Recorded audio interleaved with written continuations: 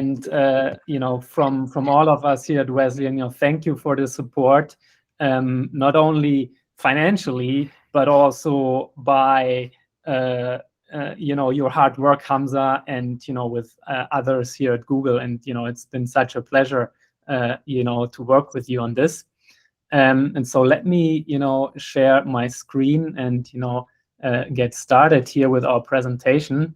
So essentially, all of us will say a few words on the different parts that we were working on, and so you can actually also get a sense of what the students have been contributing to this project. Okay, so everybody should be seeing my screen now. As Hamza said, we are talking about Privacy Pioneer, and just a very brief introduction again of who we are. So we have with us Daniel, and Daniel mostly worked on the machine learning and the managing of our time.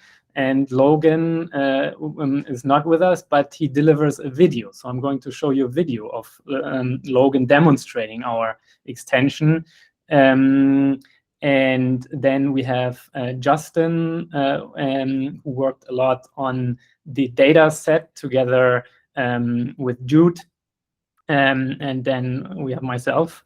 And of course, again, Hamza, I cannot thank you enough, for your contribution. You really brought this to a whole different level. So thank you very much for your contribution to this work. And then we had 3 earlier contributors who already graduated, Owen, Raf, and David. They also did great work, as did the current students. So let's get started. What's the problem that we are addressing? It's the problem that people have difficulty understanding which data websites and the third parties integrated in websites are receiving. So these can be, for example, ad networks or analytics service, right? Are they receiving my location data, right? Or maybe even account information. That's not transparent to ordinary web users. And we did a survey.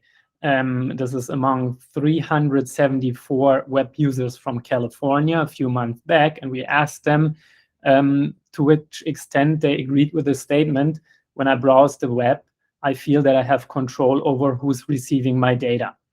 And to that question, very few people agreed.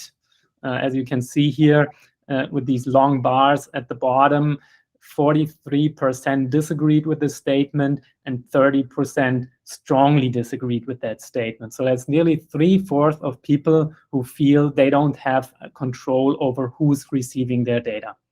And having control implies that, first of all, we need to be transparent. Who is it actually that's receiving the data? And also, secondly, what data is involved here? So we have tools that indicate third-party services integrated in websites, but we don't have any tools that actually say what kind of data these individual third-party services are receiving. And so that's the problem we are working on. Here I show you some individual comments from participants in the survey that we received. I would like to know what information is being shared and what it looks like, or how it can be traced to me personally. Having control over a website makes me feel more valuable. I think it's way too late to protect my data. So this last sentiment is also that, to some extent, some people already have given up. And so I think it would be good if we can get to a state where people actually feel more positive and are not resignated about data protection. I should say also, whenever you have a question, please do let us know, and we can have an interactive discussion about that. Otherwise, we continue talking. That's also fine, and we can discuss at the end if you have any questions. But if you have them, feel free to talk, or feel free to raise your hand, and then we can address it in the meantime. Okay, so we want to build a dynamic privacy analysis into the browser to generate privacy nutrition labels surfacing which site is receiving which data. So that is our solution to the problem. And so there are multiple aspects to this endeavor here. First of all, we want to put this privacy analysis into the browser. So this should not be separate. And okay, we are not browser vendors. So for us, that means, we're building a browser extension. But in principle, this could also be inside a browser.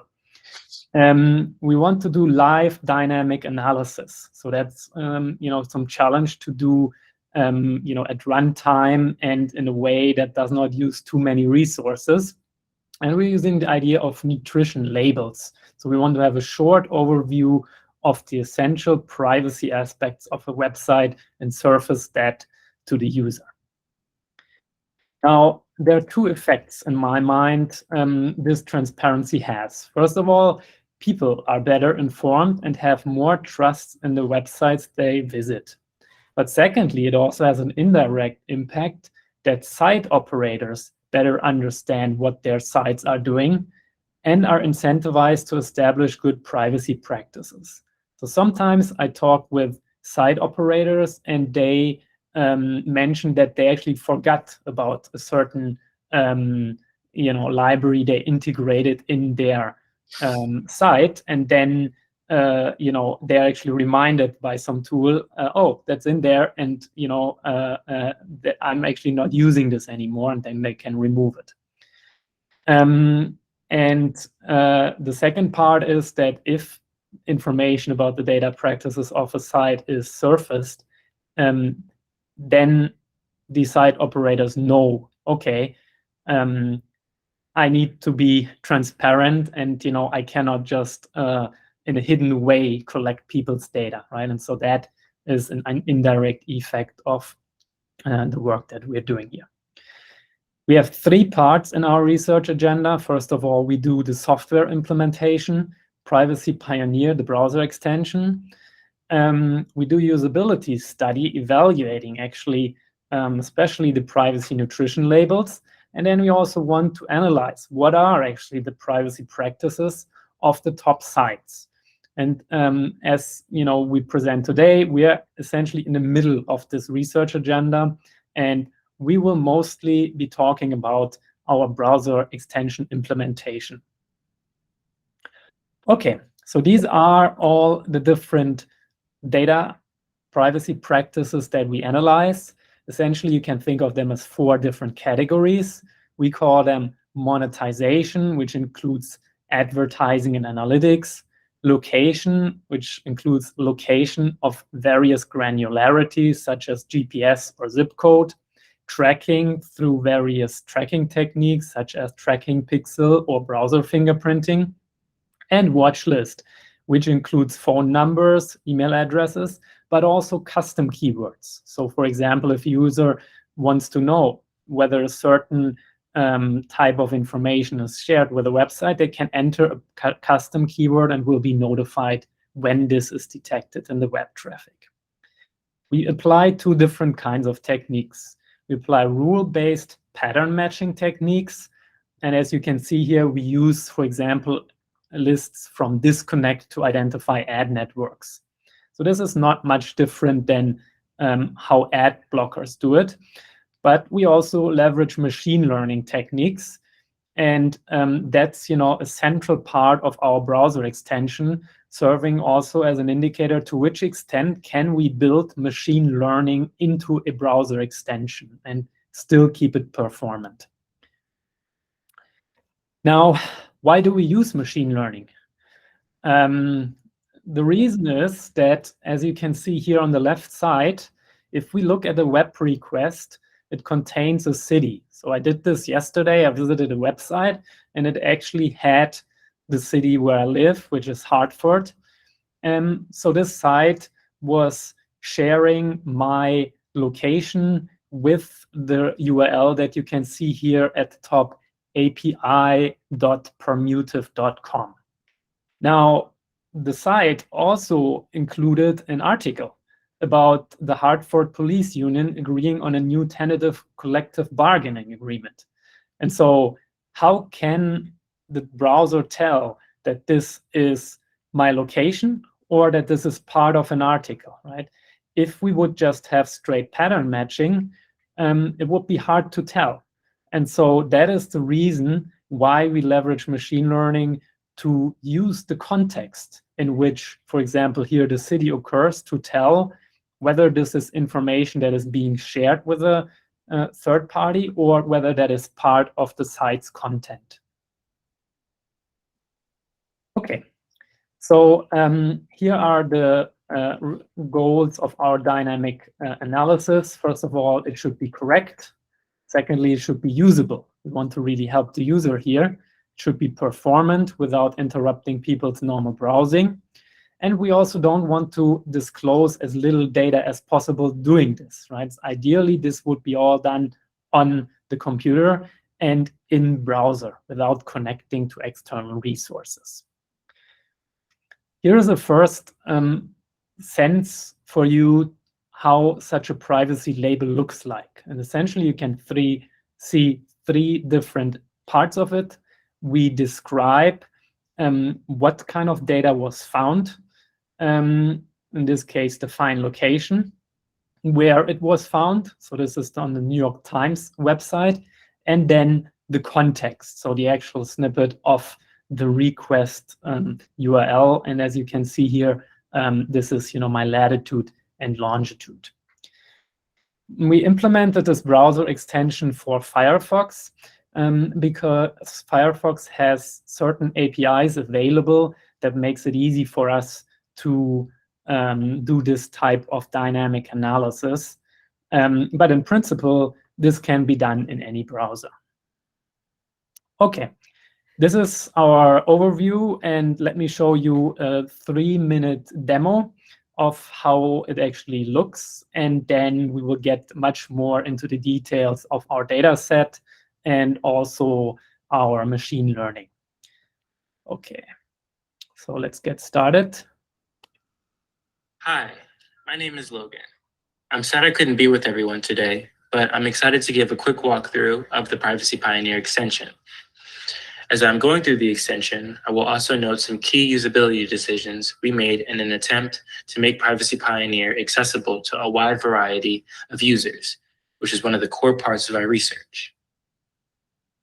To start, we will open the extension's homepage. Upon opening this page, you will be met with a guided tour.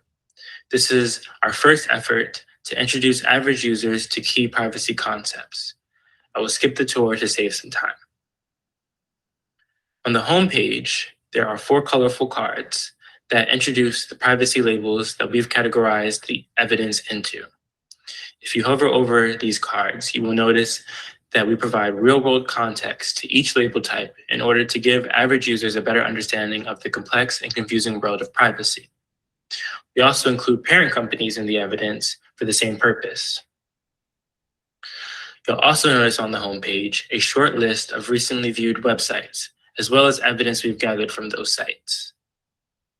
If you press the See All button, you'll be taken to a history page that provides users with the ability to view all their visited sites. Here, you can filter by privacy label and parent companies. Next, we have the watch list. On this page, you'll notice we automatically add the customer's location and IP address. You also have the option to add your own keywords. These keywords can be in a number of different formats. Finally, we have the settings page. Here, we have a number of different options, but one to note is the ability to export the evidence we've collected and do your own data analysis. That concludes the extension portion of the demo. Now onto the pop-up itself. Here, we will be introduced to the pop-up portion of the extension. We have arbitrarily decided to use the Wall Street Journal's website. If you click on the rocket icon in the extension section, you will see website-specific evidence our extension has discovered. You will notice the evidence is broken into the same privacy labels. You can click on a card and get a little more context into each piece of evidence.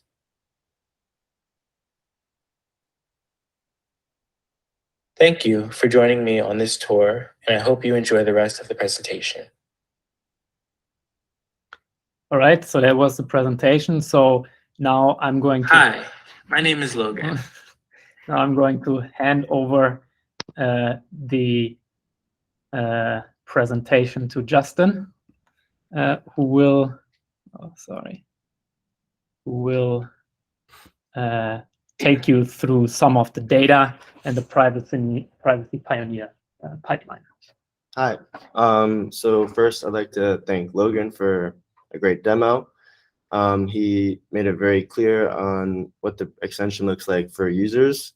I would quickly like to go over how the extension is working on the back end. Also, I think it's important to mention that this diagram doesn't include a lot of the rule-based data because that does not go into the machine learning part of the extension, so I excluded it for clarity.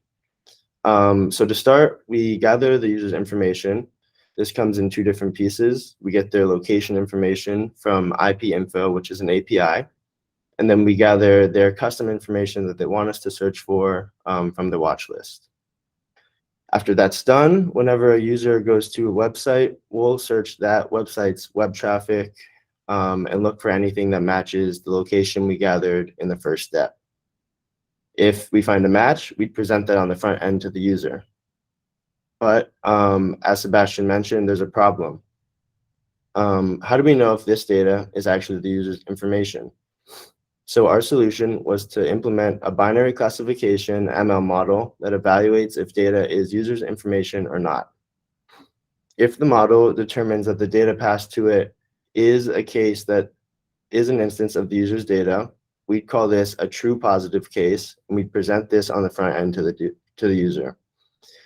If the model determines otherwise and that it's not the user's information, we'd call this a false positive example, and we won't show this to the user at all. So we want to end up with this ML model, but first we have to create a data set. We want it to be a diverse and representative data set, so after training, the ML model will have learned on very similar data to what it will see once implemented. We did this by performing two web crawls. They both followed the same general methodology laid out on the diagram on the right. They would connect to one VPN at a time, and we had a list of about 65 VPNs from all different places in the world. And then we'd query an API for location data about that VPN. This location data also corresponds to the 5 different data types that I'll be referring to throughout the presentation, which are city, region, zip code, latitude, and longitude. After querying the API, we'd then connect to websites and then check the web traffic for location data that matches what we got from the API. So how did these two crawls differ? Well, they differ in which websites that we went to. The first crawl went to the top 500 most popular sites globally, regardless of which VPN we were connected to, whereas the second crawl went to only 100 sites, but it would be the 100 most popular sites according to where that VPN was located. So if we were on a VPN in Tokyo, then we would go to the 100 most popular sites in Japan. The result of this is that we had 2 data sets that were one from each crawl, and we merged them together to create one large data collection. We're one step closer to being able to annotate our data, but first there was a couple of things that we had to take care of. The first thing was masking of data to avoid overfitting to specific values. So in the diagram below, on the left, you can see something we would have grabbed from the web traffic during the crawl. In bold is Boston, which would have been the VPN city, and then around it is the context we saved along with it. What we needed to do was mask the VPN specific information with a target mask. So in this case, it would be target city, but if it was a zip code example, then it would be covered with target zip. And we're doing this so that way the ML model wouldn't learn anything too specific about the VPN when training on the training set. And it can stay general, so when it's implemented into the Privacy Pioneer extension, it will still perform well. The other thing we had to do was remove all the SVG paths from our data.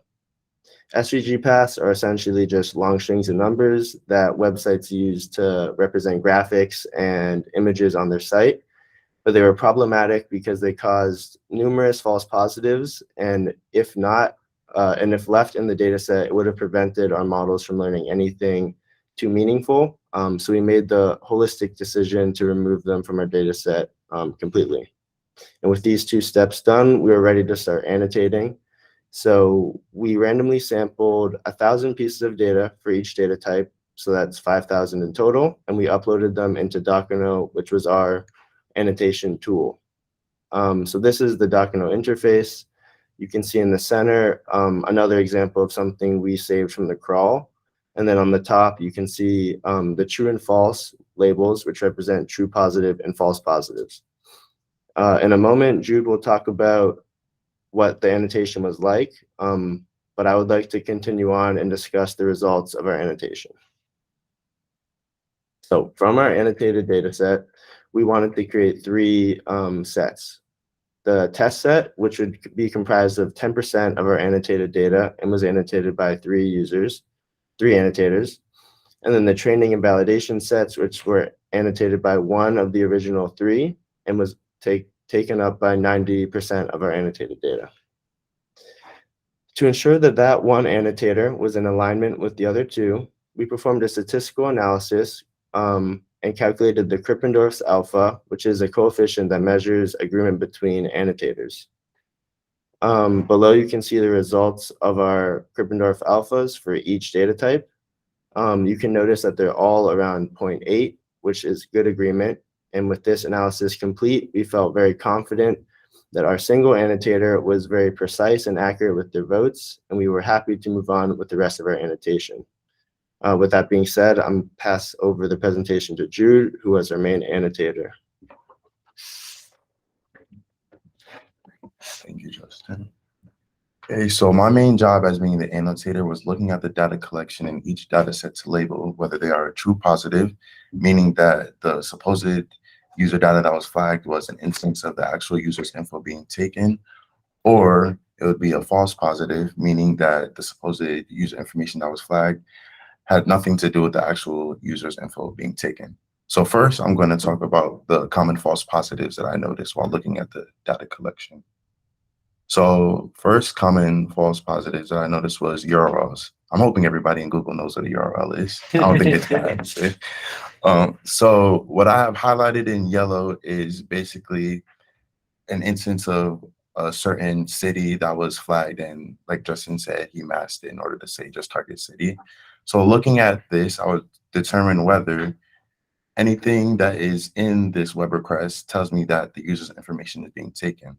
But looking at this, nothing here is telling me that the user's information is being taken. And I can have a good guess that this is probably New York Times, and New York was the instance that was flagged. Another common false positive was website content. So like everyone said previously, we also may take content from a website, so they could consist of articles, blogs, sentences, title headers, anything of that sort. So looking at this example, I'm going to read it quickly. It says, seamless care that revolves around you. More than 4,700 physicians and scientists collaborate across Mayo Clinic campuses in target region, Florida and Minnesota, and etc. So looking at this, nothing here tells me that the user information is being taken. And I can guess that this is probably just an article or something of the sorts that just contained a region that we flagged. Another common false positive is also a list of words. So this could be probably an instance of just taking words from, let's say, a dictionary or any of the other sorts. So looking at this, it's a bunch of just words in alphabetical order: passenger, party, parts. So my job as an annotator, I look at this and say, what is going to tell me that the user's information is being taken? Looking at this, there is nothing in this case, and it was probably just that one of the cities started with the letter O and was part of this list of words. Now I'm going to talk about common true positives. So first is a list of data points. So looking at the example, it would have like quotation mark city, and it'll have the city info or time zone and the information of the time zone. So I'm gonna go more into depth with that.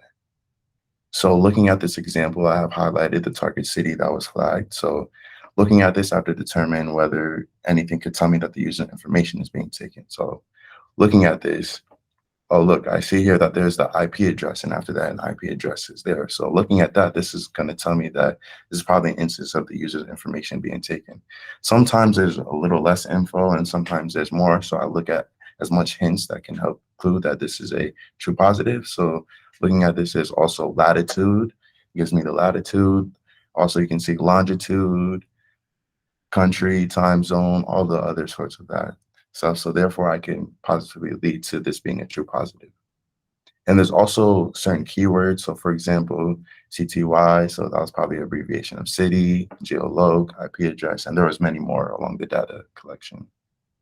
So looking at this, it may look like a bunch of gibberish, but looking at this, you have to look at certain tiny little key clues that'll determine whether it is a true positive or not. So what I have here is geo IP. So looking at this, and then there's an IP address after, this is an instance where I think that the user's information is being taken.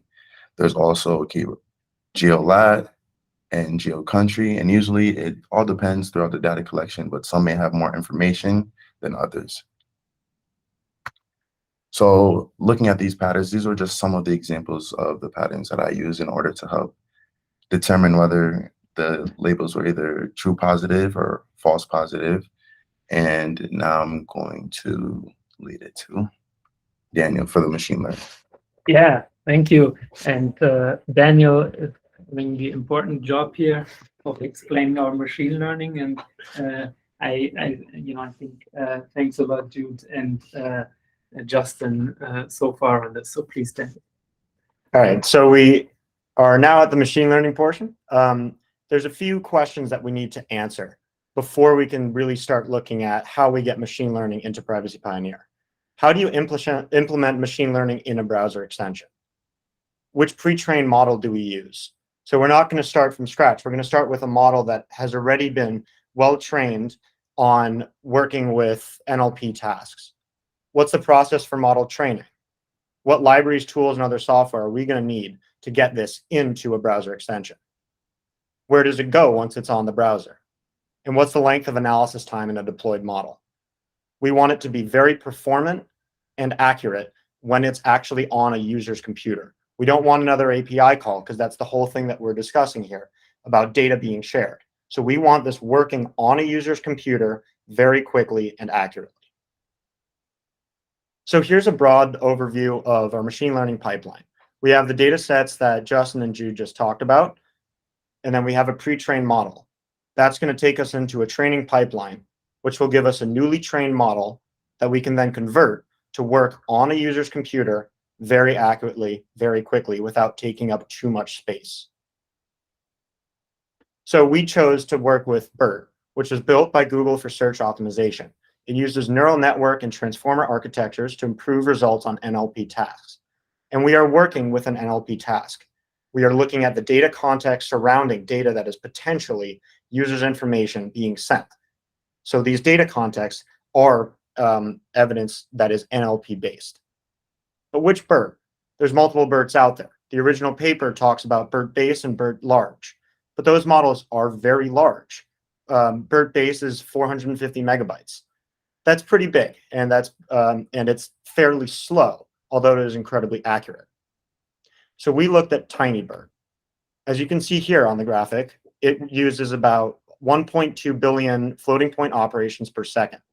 That's significantly less than the 22.5 from BERT base. This means that it's 9.4 times faster on speed up when we're actually working in inference time.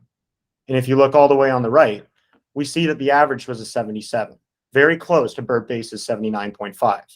That means that TinyBERT on all of these data sets was 96.8% accurate in relation to BERT base. So it's very, very close to the performance of BERT base while being significantly smaller and significantly faster. But that was only when we were talking about the data sets that other people had used on the original papers. What about our data set? Remember, we're working with TinyBERT. It's a 59 megabyte model versus BERT base, a significantly larger 450 megabyte model. We needed to see, is this understanding of TinyBERT going to be consistent for our data sets? And as you can see here on the test set compiled by Justin and Jude with 533 total instances, about 106 per data type, we see that the averages are very, very similar. So our takeaway was BERT base provides marginally better average F1 score but is around 7 times larger and significantly slower than TinyBird at runtime. Thus, we're going to use TinyBird as our pre-trained model. The next idea that we came to was machine learning distillation, and I'll walk you through the process really quickly. So we have, for each data type, about 1,000 pieces of human-labeled data. We then trained a BERT-based model, 450 megabytes, on this data. That model then labeled the rest of the data that we had not sampled. We then trained TinyBird models, which are only 59 megabytes, on that computer-labeled data. So the understanding from BERT-base gave us very well-labeled data, significantly more than we had originally, training a TinyBird model. Here are the results. Unfortunately, our takeaway was that distillation did not improve our results, but testing it was still a valuable experience. Now we have one more complication that we really need to talk about: individual versus multitask models. Right now, we're discussing 5 different models that are all TinyBird working on all of 5 different data sets. This means that we are still using 295 megabytes on a user's computer. That's still more significant than we would like, because we want it to be very small. This is a browser extension. We don't want it to be taking up significant portions of a user's memory. So what if we had a single model that was training on all 5 different data types at once? That means we would only be using one singular 59 megabyte model on a user's computer, completely local. And we found that a multitask TinyBird model was actually performing almost as good, very, very, very close to all 5 individual TinyBird models. To be only 0.2 off means that this is very high performant, incredibly fast, and it's not taking up too much space. So our takeaway: a model trained on individual data types will perform similarly to a model trained on all data types. Therefore, we only need one model on a user's browser for Privacy Pioneer. Here you can see all of our full final results.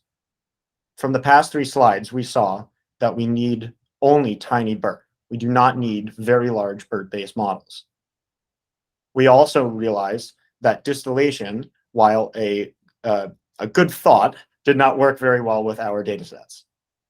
And we also realized that we could use one TinyBird model as opposed to 5 different individual TinyBird models.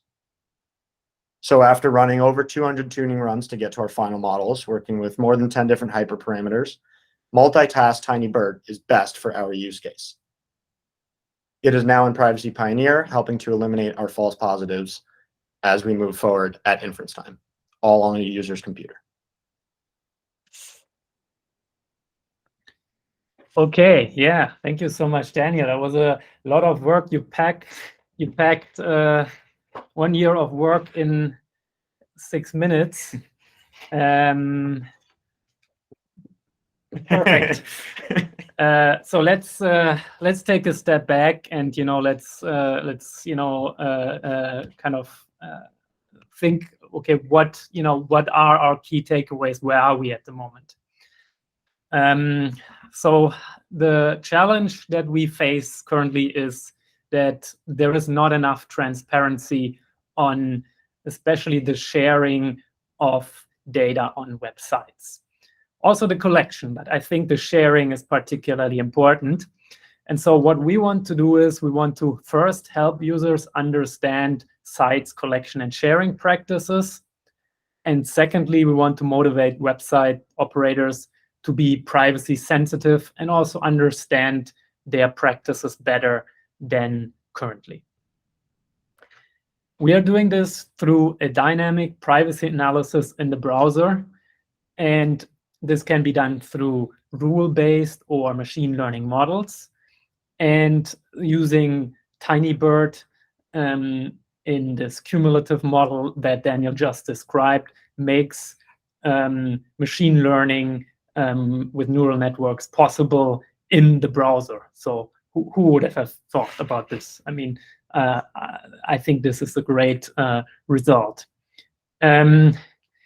Depending on the data type, pattern matching or machine learning works better. So we are using a combination actually here.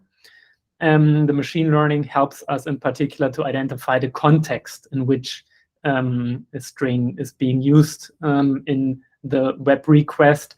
But for other situations, especially identifying tracking pixels, for example, we can use pattern matching. The context is particularly relevant for our machine learning models. So we have to find a way to identify whether a string belongs to the content of a site, for example, or whether that's the user data. And we tried, different dimensions here. So how many characters do we actually need to look before and after the string, experimented with that. But the big takeaway is really, if we can get some context, we can make an accurate prediction leading to the results that Daniel just demonstrated. So I find, the analysis results are pretty accurate. They're not perfect, but, they are pretty good. And overall, what I think, this could lead to is to a sort of privacy history in the browser. So just like we have a history of the websites a user visited, we could have something similar for privacy. So there is the URL of every website, and then there is a list of what data is being shared and with whom, if anything, or which data is being collected. Now, this is the further plan. Daniel is our product manager and set this up here in Notion. And as you can see, September 30th, that just has passed. So we actually finished our implementation here of Privacy Pioneer. And the next two items that we're going to tackle is that we're actually going to do usability study. And last night I was actually thinking maybe we should do this actually on campus here with our students. I think that gives a little bit more room, for example, do an interview study, right? I think we can still also do an online survey on a crowd working platform and let users there use our extension. But I think it would be good to do it actually also here on campus. And then the second item would be the data study. So we actually want to use our Privacy Pioneer extension to analyze the practices of websites. So we have now a framework that allows us to compare the data practices. And so let's actually crawl maybe the top 1,000 sites and see what kind of data is being shared. And we can do this on a repetitive basis, maybe every couple of months, and see, is there development? Is there change over time? And so these are the two next research challenges that we're going to address. And then, as academics, we write papers. So we're going to write a paper and submit that, and hopefully we'll be successful at that. And so please look out for that. At the end of the slides, you will also find information to our repos. This is all public. I think this is a great polished extension. Logan and also Jude were working on the front end, right? And I think it looks very nice. And so if you want to get a sense of also how it works, feel free to go to our repo that you find at the end. There's also a separate repo for the machine learning if you're interested in that.